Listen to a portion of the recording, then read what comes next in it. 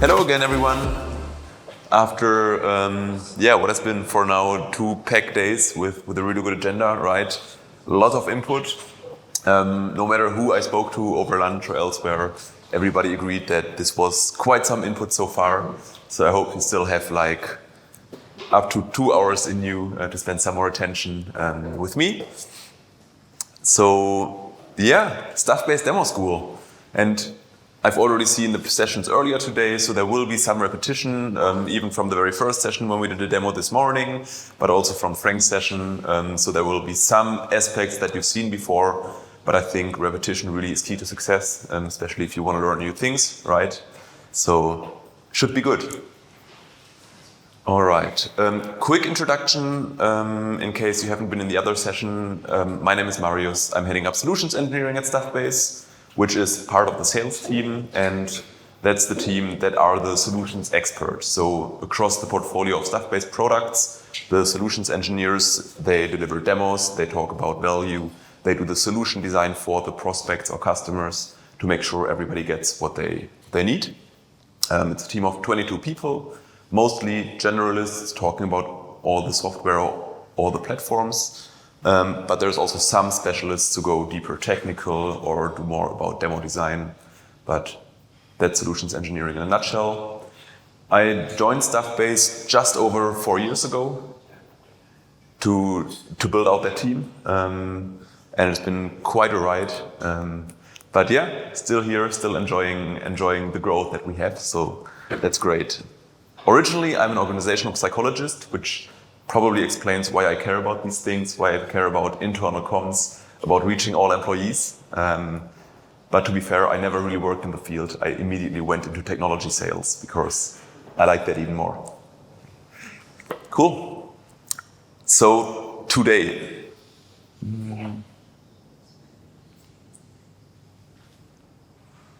there is 3 things we want to do today. First one is you will see a quick demo of Staffbase of how you can also pitch this to your customers, right? You will see some repetition because it's pretty much the same demo you saw very early today. But again, I believe repetition is key to success. So that's only 5 minutes that will repeat, but really help you get a better understanding of how you can also show this to your customers. We'll talk about a couple of key principles for good software demos in general. So this doesn't even apply to Staffbase specifically, but you can apply this to all the tools, all the software you may want to sell in the future. And what I realized is not just something you need in your job, but it's also something you need in your private life. So my parents, for example, recently got Spotify, and that took quite some demoing to get them onto that. I'm into smart home, and that means for my wife, she also had to enjoy quite some demos of how to use everything, because I think smart home isn't that smart, it's quite complicated. So this is definitely something you can use everywhere else as well. And then there's a couple of more smaller tactics and hacks around doing software demos. Quick show of hands in this group, who's regularly demoing software or demoing solutions? Okay, it's just over half of the room. Good. So you probably already know many of these aspects, but hopefully there are some new ideas as well. Before going to the platform demo, before showing how to show a Staffbase app and intranet, quick disclaimer. The first thing is it's a very lightweight demo environment, which means this is something that in the future you will also get access to, but it's by no means a full-blown demo environment, which is like a fully rolled out intranet, fully personalized app, but it's a lightweight environment that allows everyone to show it very quickly. And also you will get user access, which means nobody who's in this environment can break it, which is also a benefit of a very lightweight environment. And the purpose of this is to really generate first appetite with your customers, right? Get them excited about the idea of internal communication, employee apps, front door intranets, etc. Once there is this appetite, once there is interest, I highly recommend you use the process to register a lead, work with the Staffbase sales team, because if you want to go much deeper into the demos, that's what the Staffbase sales team does all day, every day, right? so they can hopefully support you really well in doing a much deeper dive demo with the customers as well. And go into every single detail and ideally have a good collaboration. Good. Let me see. So there was the disclaimer. I think next, let's look into the demo. And so the live portion is what you've already seen this morning, but we added some slides before and afterwards to give some more context, which should also help to just frame the live portion that you're showing. So we'll start with some slides. We'll show some live portion, which again isn't fully live because I don't trust this setup. And then, we'll go back into some slides to wrap everything up. Good. And one more thing, Claudia, now that I see you, you own the partner demo environment, right? Okay, good. I think in the next week we will give you the access to everything. I think it's nearly prepared to fix the documentation around this and then you will get access. Finally. That's right. So you will get access to the environment, you will get access to the slides, so you can also show this yourselves. Cool. But this is what it could look like. Obviously, talk track can be slightly different here and there, but this is what we think makes a lot of sense for a very quick overview. All right. So companies are going through a lot right now, right? So there is COVID, there is the Great Resignation, there is inflation, recession, a lot going on. And if employees don't know what's going on, nothing will really move forward. So communication is really at the heart of every change in your company. And the problem is that the tools aren't really connected and they aren't engaging. Does that sound familiar to you? Usually people nod to that. Yeah, thanks. And Staffbase does connect all your communications and helps you to plan, publish, and also measure from one single place. So your communications will reach your people at the right time and wherever they are. And this vision puts you at the center, managing comms from a centralized studio with award-winning channels to reach your people and best-in-class support, proven frameworks, and strong community to help you reach your goals. And this approach has made Staffbase the first unicorn company in the communication space. So today we'll show you the mobile and web experiences. And then if you like to see more, like integrations, the admin experience, more channels, we can also arrange a deep dive demo with the Staffbase team. And the mobile experience begins with a fully branded app. So your employees will never see Staffbase branding, but it will be your app. And this is one of the secrets to adoption.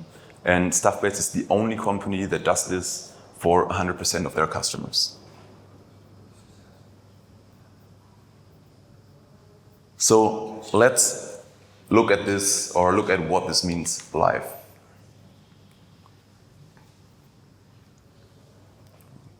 Okay, so imagine I'm a new employee, and you've seen this morning, and I got my new employee onboarding materials, and in there I also got a QR code that takes me straight to the App Store where I can download my employer's app.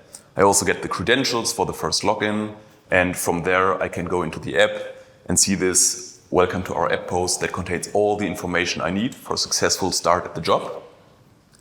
And it doesn't necessarily just contain information, but it can also contain important tools that I would need to set up the app, like the app settings, like the employee handbook that I want to see on the first days, or also communities that my company has. Then this message, but also all the comments we are getting, can be bot translated, which means no matter what language the different employees talk, they will always be able to talk to each other. And employees can also acknowledge these messages so the company knows they actually has been read. I can also see that my company cares about social sharing, liking, comments, add mentions, so more social interactions. So it's not just top-down communication, but it's also a two-way interaction between employees, so it's more engaging and I use the app more. And of course, these comments that you see here can also be moderated by admins. talking about administrators, they can also look at real-time analytics on their phone to see if the communications are working the way they're intended to, or if they have to react.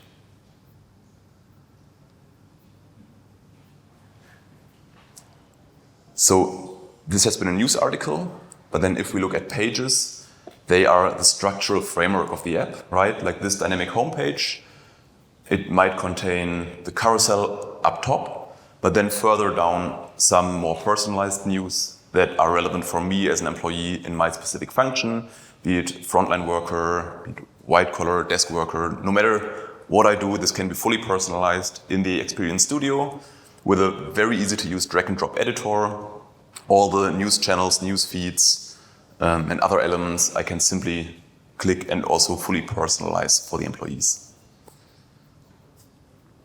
And these pages, they are organized in a typical folder and menu structure that you would also know from other apps.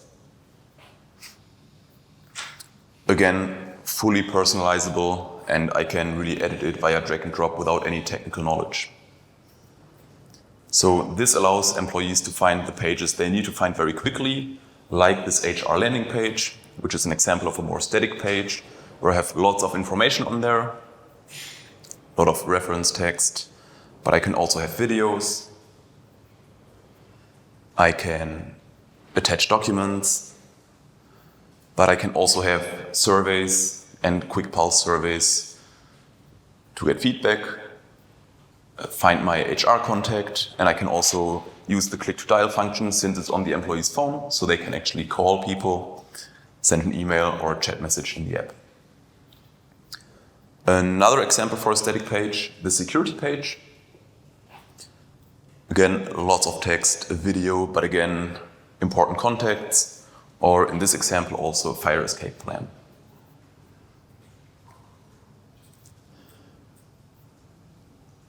If, as a new employee, I want to socialize with my colleagues, I can also use the communities or the social boards we have, where I can, as you know it from any other social media platform, can simply write a post from my phone.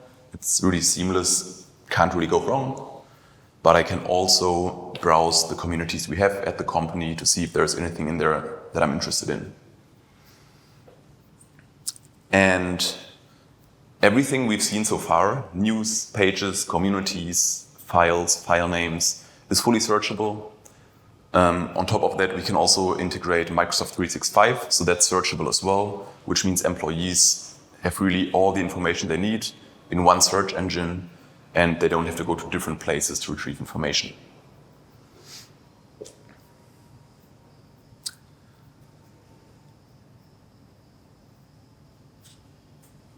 I can also integrate different tools and HR self-services, etc., either directly in the menu, or I can also link out from the different pages we have with buttons, or I can also embed information again with a single or very simple drag and drop editor,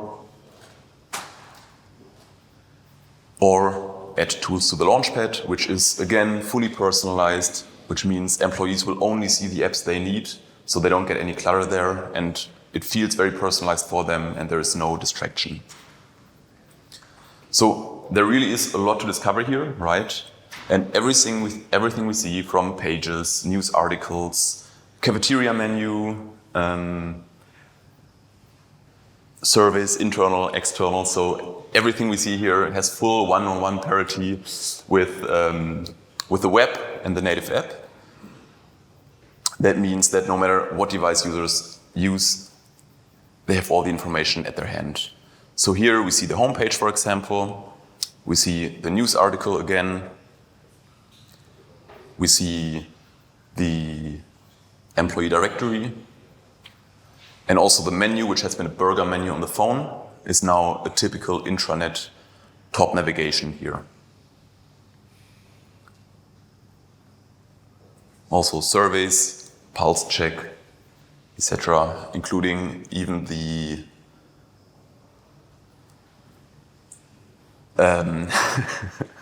the quick links. It's all here. Sorry, it's also late for me. So what you can see, it's it's fully one-to-one parity, right? Which means we didn't just develop mobile on top of web, right? But we started with a web version, have a mobile-first approach because that also reflects how people spend their time, the majority of the time on their phone, and only half of that on a desktop computer.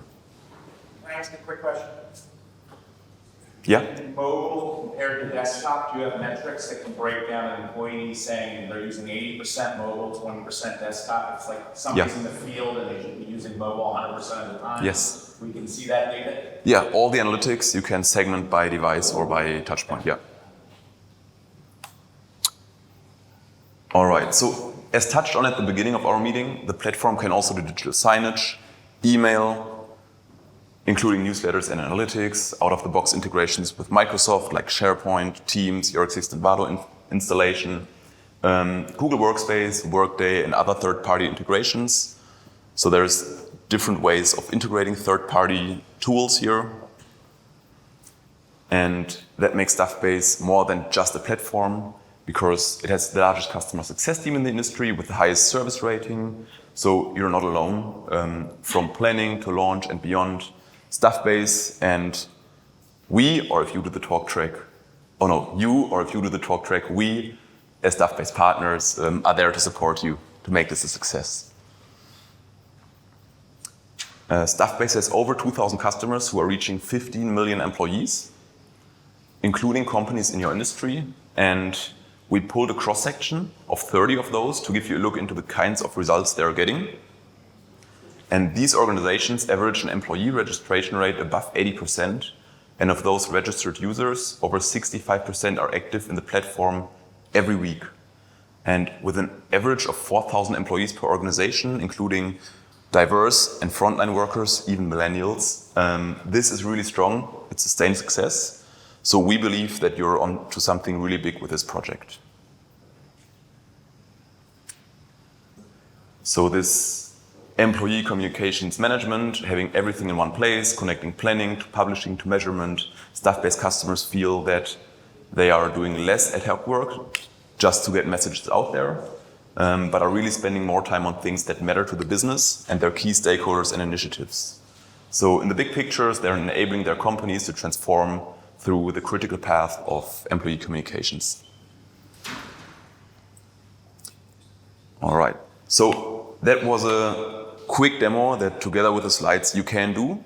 The talk track here and there comes over quite salesy, right? But what we've seen is also based on the session we saw from Frank earlier, this really works, right? Because we show the problem, we give quite some social proof that this has worked in the past.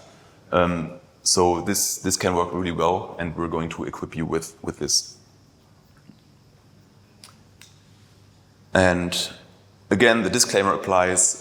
You can demo as much as you want, right? But also, if it becomes a more in-depth conversation, we're always there to help, always there to support. So do work with your partner managers and work with the Staffbase sales team.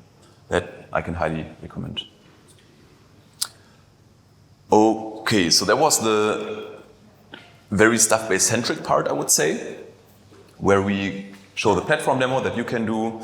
But the next portion is a little more transferable to also other software. So this is about what actually makes a great demo in general, right?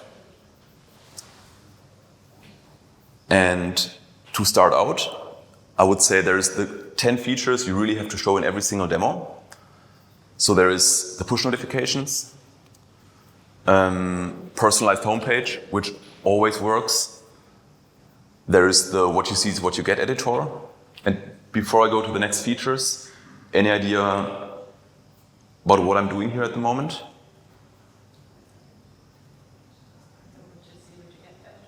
Yeah? All right, yeah. So maybe you're thinking, so what is this guy talking about? Like 10 features to show in every demo, right? Because this is actually the biggest mistake in demo history you can make, is really thinking about features a lot, right? I mean, eventually we have to show a product and we have to show features, but this really shouldn't be what a demo is about. So when we give a demo, when we want to get people excited about a product, about an idea, about what we do, it really shouldn't be about us. It shouldn't be about the features and how excited we are about them, right? because in the end,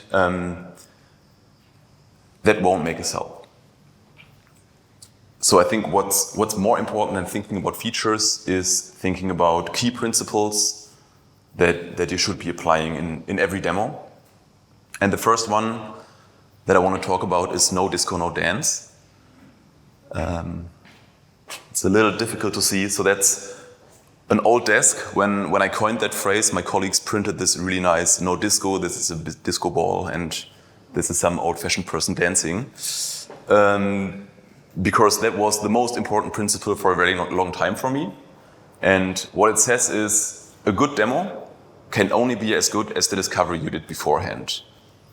So this principle isn't even about how you deliver the demo or what you do in the demo, but it even starts before you consider even doing a demo. So you have to do thorough discovery and really learn about what their business is about. So the demo can't be pure show of features, but what it has to be is think about their problems that they personally have. Think about the problems that the company has. This is slow. And then think about how can we help them solve these problems, right? So learn about the problems, and if we think about the common space, the typical problems that we see are either that they can't effectively reach their frontline employees, right? That's something we saw. Then another problem that communicators tend to have is their employees, maybe they get the news, but they don't really engage, and you don't know, did they really get the news, right? That's another example. And then one thing we hear quite a bit is the CEO needs proof that what they're doing actually works, right? So why am I paying all these people? Why am I paying for the software? Does this even work?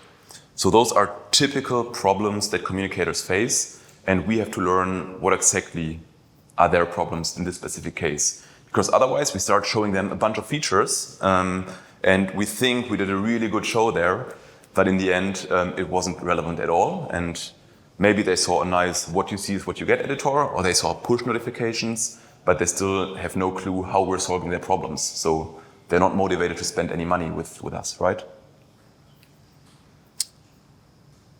Right, so first principle is a good demo can only be as good as the discovery we did beforehand.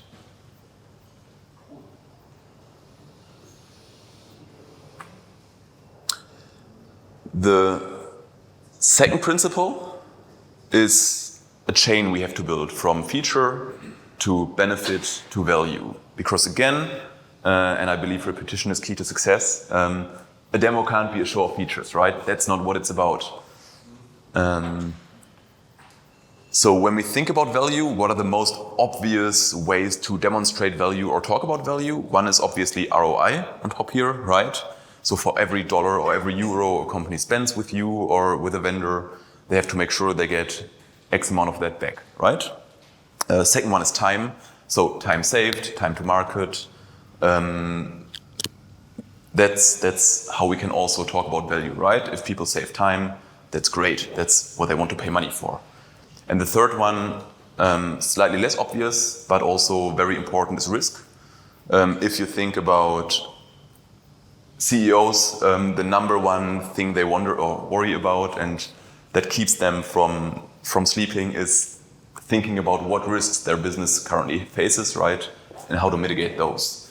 And if we manage to talk about these ways to create value, this is how we can get them more excited about the solution we offer and we want to sell to them. All right, so if we look at a few features, like the WYSIWYG editor I mentioned earlier, so that's one of my favorite examples. That's a feature, right? And we're really excited and we show it, but how is this beneficial? Any ideas? And it can save time for those creating content. Save time for creating content, yeah. You are already very close to value, actually. That's good, yeah. So the benefit is it's very easy to use, right? For all communicators, even for people that don't work in these systems a lot. It's just very simple. And the value, yeah, as you said, René, is time saved. So there's different metrics we hear from our customers. Some people say they save 2 hours a day per communicator. Some people say, yeah, it's easily one full-time employee that can focus on other things, right? So there's lots of ways to argue that. Obviously depends on how they're currently communicating and also how big the team is. But yeah, that's an obvious one where they save a lot of time, and that's valuable. Another feature could be that we're a standard software with a typical SaaS model, right? That's not super obvious, but it's quite beneficial because it's very reliable, right? It works for thousands of customers. And we have a track record of successful launches with companies like whoever we're talking to at the moment. That's really beneficial, and it's super valuable because they save a lot of time, right? Because if you think about intranet projects, especially if you do something homegrown, it can take quite some time. And it's also risky, right? That's the second piece where we can demonstrate value, because you can spend millions of euros in consulting and especially software to get something like this done. And it takes 2 years maybe until you realize it's actually failing. So if you go with standard software that has a track record of delivering these projects, that's very valuable. So it's a lot of risk that you don't have to take. And then the last example is a user-friendly interface and a personalized experience. Again, can seem as a very soft feature, right? Where you say, yeah, this is a nice to have, it's user-friendly, cool. But actually it's very beneficial because people will like it, right? They will use it because it's user-friendly, it's not painful.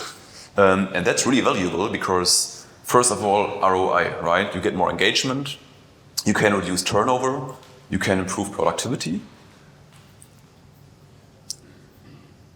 But also, it's less risky. If you think about if you work in manufacturing, for example, and you use the app to transport information about safety measures, best practices, etc. And if people actually use it, well, they actually consume the content, right? And they know how to not have an accident. So that's great. That's less risk. But also, there was one more thing. You save time. There's less downtime, right? If there's fewer incidents, there's less downtime. You don't break as much. You don't break the machines, etc. So that's time saved. And again, lots of money saved. So to reiterate the second point, we can't just talk about features, right? It's very important that whatever we show, that's great, and we might be really excited because we know we do this so much better than anybody else, but we have to demonstrate how this is valuable. If we fail to do that, we're doing a great show, and everybody might even be wowed by the demo, but it doesn't get us anywhere. So we have to go from feature for benefits to demonstrating and really explicitly talking about value. One question, if you allow it. Yes. How important would you say is it to adhere to those steps? So, what happens if you, for whatever reason, would jump from feature to value? Would you say that's a big thing, or would you say, well, if your customer is close to the topic, you can do that? Valid question, but really difficult to quantify how big of a problem that is. I would say it's likely okay, right? But I think it's much easier for prospects or customers to follow if you really do the chain, because that way, yeah, you're not jumping any steps, right? And it's super easy to follow. Because the other thing is that for us, this is really obvious, right? Nothing of this was new to you, I'm sure. But if we talk to people that don't think about this all day like you do, it might be new, it might be surprising, or yeah, whatever is obvious for us, we have to explicitly tell people so they really get it. Yeah. Sorry. Yes. There you go. Thank you. All right.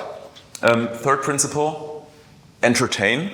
A good demo is entertaining, right? And the repetition I like to do is, it's not just a show of features, right? You need to tell a compelling story to reach people's hearts and minds. If it's entertaining, people will memorize it better. And if you're somewhat into storytelling, which I'm sure some of you are, you're familiar with the hero's journey, right? And I will not go into all 20 steps of it. You can do that later, so it's very easy to Google. There's a bunch of really good articles about that. There's about 20 steps from departure to initiation to return of the hero, right? That pretty much every movie utilizes as well, right? There's good examples of how The Matrix does this, of how Lord of the Rings does it, where Frodo sees a problem, has to leave the Shire, fights Sauron, etc. So there's a lot of literature on that, so I won't go into every detail, but that's important. And you don't have to tell the full hero's journey. That's all right. That's 20 steps. That's quite a bit. So most customers don't have that time. But what's important is that you still tell an entertaining story and that you are clear about the personas you're talking about. And in the first case, that's the personas you're selling to, right? That's communicators, that can be IT, can be HR, executive assistants, so different personas, and think about their pains, right? But if these people are somewhat empathetic, it's also important that you think about their personas that they are talking to. And that's either frontline workers, that could be desk workers, and they can be in totally different industries, right? And the more relevant you tell their story of their employees and the problems they have, well, the better it sticks, right? And the more entertaining it is, but also they just get it better. It's more transfer of ownership. They will understand what you're talking about. So again, don't just show features, right? But think about the personas, think about their pain, and the value we can deliver when relieving that. All right. So those are the 3 principles I think are most important when it comes to demoing and talking about software. And I think one thing that becomes apparent is it's not that much about software, right? So I didn't really talk about features that much, but it's really about value eventually. On these 3 principles, anything you think I missed? Any principle that you think is just as important or even more important? One thing that I was told is that the customer is the hero and I'm their guide. So kind of like your hero story, but you're leading them to a conclusion. You're not to their own conclusion. Sorry, I'll give the microphone to rephrase. That the customer is the hero and we're the guide. And Yep. they have to come to their own conclusion, but we guide them there. Yeah, that's right. That's also part of the hero's journey, right? That everybody has a guide, like Frodo has Gandalf, or yeah, that's valid. Yeah, so we're their Gandalf. All right, good. So with that, from the 3 key principles, I'll go into some smaller demo tactics and hacks that I think could also be interesting. It's a longer list, all slightly less key, I would say, but still hopefully helpful for you going forward. So, first one is practice. If you see a demo, and I'm sure many of you see lots of software demos, sometimes they seem super easy, super seamless, right? Everything just works, and it's a true pleasure to watch these software demonstrations. And in these cases, what many people are forgetting is that the person delivering the demo probably did a lot of practice. So the easier that things seem, the more practice has gone into this, and that's something I wouldn't underestimate, that how much practice and dry runs and feedback rounds it takes to do a really thorough and rounded demo. The next principle is the sausage. Any idea what I want to say with that? Yeah. It's a risky one, I wouldn't speak up. Yeah. What I want to say is people want the sausage, right? They don't want to see how the sausage gets made. Which also means if you do a demo, show the ready or the done product, right? Show a beautiful homepage, show a well-designed app. don't show people the nitty-gritty details of how this is being done, especially not in the first couple of demos you're doing with people, right? Because that way you will confuse people. It's the first time they see the product. It's like if you think about a cooking book, right? You want to see the done meal first and the recipe only later, so you know, do I want this or not? Then another principle is tell, show, tell. Does that sound familiar to anyone? See people nodding? Yeah. Again, this is the first time for many of our customers they see whatever we're showing to them. So it's important to give them context. So whatever we're going to show, we first have to tell people what we're going to show them. Then we show them, and afterwards we tell them what we just showed and why it's so exciting. It seems like a lot of work, right? And it seems stupid if you see it like this. But that's a very important principle, actually, because, again, you don't want to lose your audience, right? It's the first time they see it. They need the context. Otherwise, there's a chance they will see something you show them, but they can't really, or they don't really have the right reference frame, and they don't see the value in that. Next one, assure and defer. One principle I actually didn't apply really well just now during this session. When you get questions during a demo, in many cases, especially when you have a specific pitch that you have in mind, take the question, assure that it's a good question and that you will get back to it, but then continue with your flow. Because if you respond to every single question that's coming up, there is a chance that you will lose the flow, the story you had in mind you wanted to tell, that you will lose that, right? And well, it's just not as entertaining anymore, and it might be more difficult for you to transport the value. So take questions and definitely promise to answer them later, right? But don't necessarily answer them right away, because that could ruin your flow.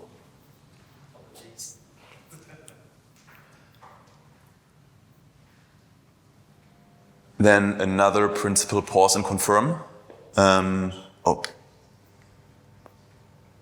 That's when you do a longer demo and you have a lot of things to show, there is a chance that it's a horribly long monologue, right? And people will fall asleep. That's not great, so every once in a while pause, make sure your audience actually understood what you told them, see if there's any questions. First thing is it lightens things up a little bit, right? But the other thing is if you ask for confirmation or see if there's questions, you will make sure there's no resistance building up. Because if you say something and people might disagree, and you keep talking and they don't have a chance to raise that concern, there is more and more resistance building up, and the chance that people don't listen to you anymore because they're more and more resistant and unhappy, that's becoming a risk. So every once in a while, pause, confirm, especially if you're talking to smaller audiences, make sure there's no resistance building up. And at the same time, you can use this to perform a transfer of ownership.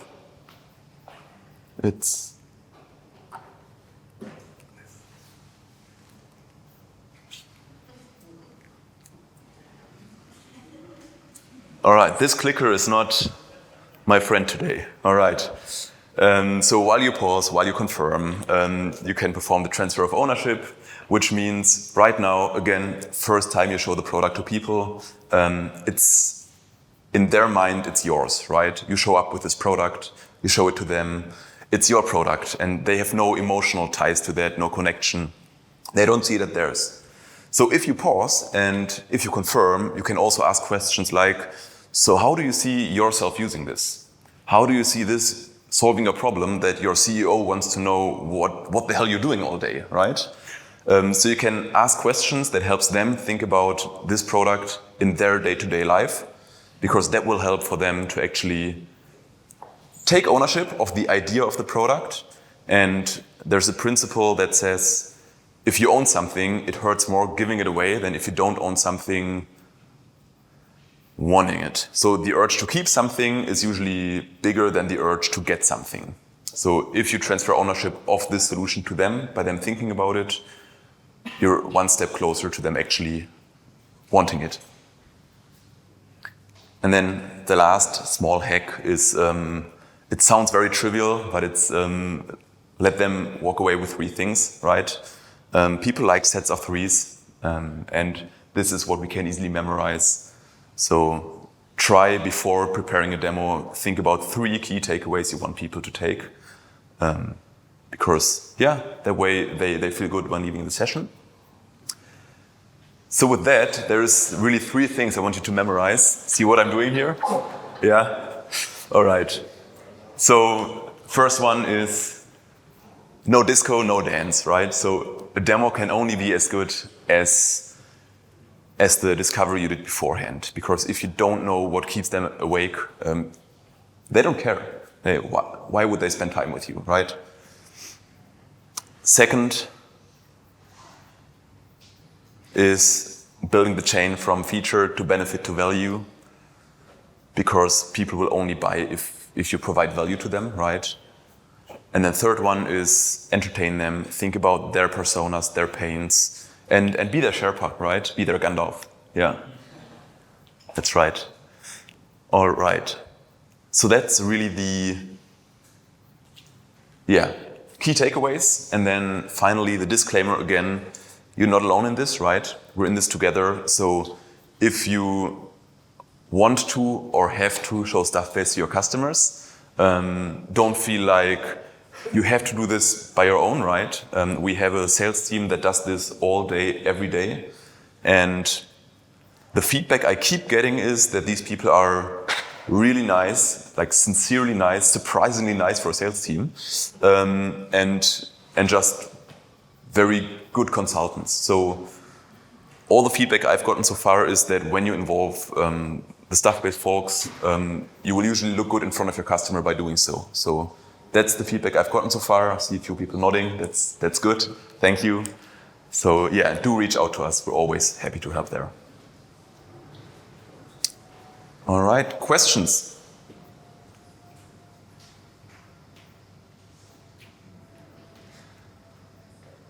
So either everything was really clear or I successfully put you all to sleep.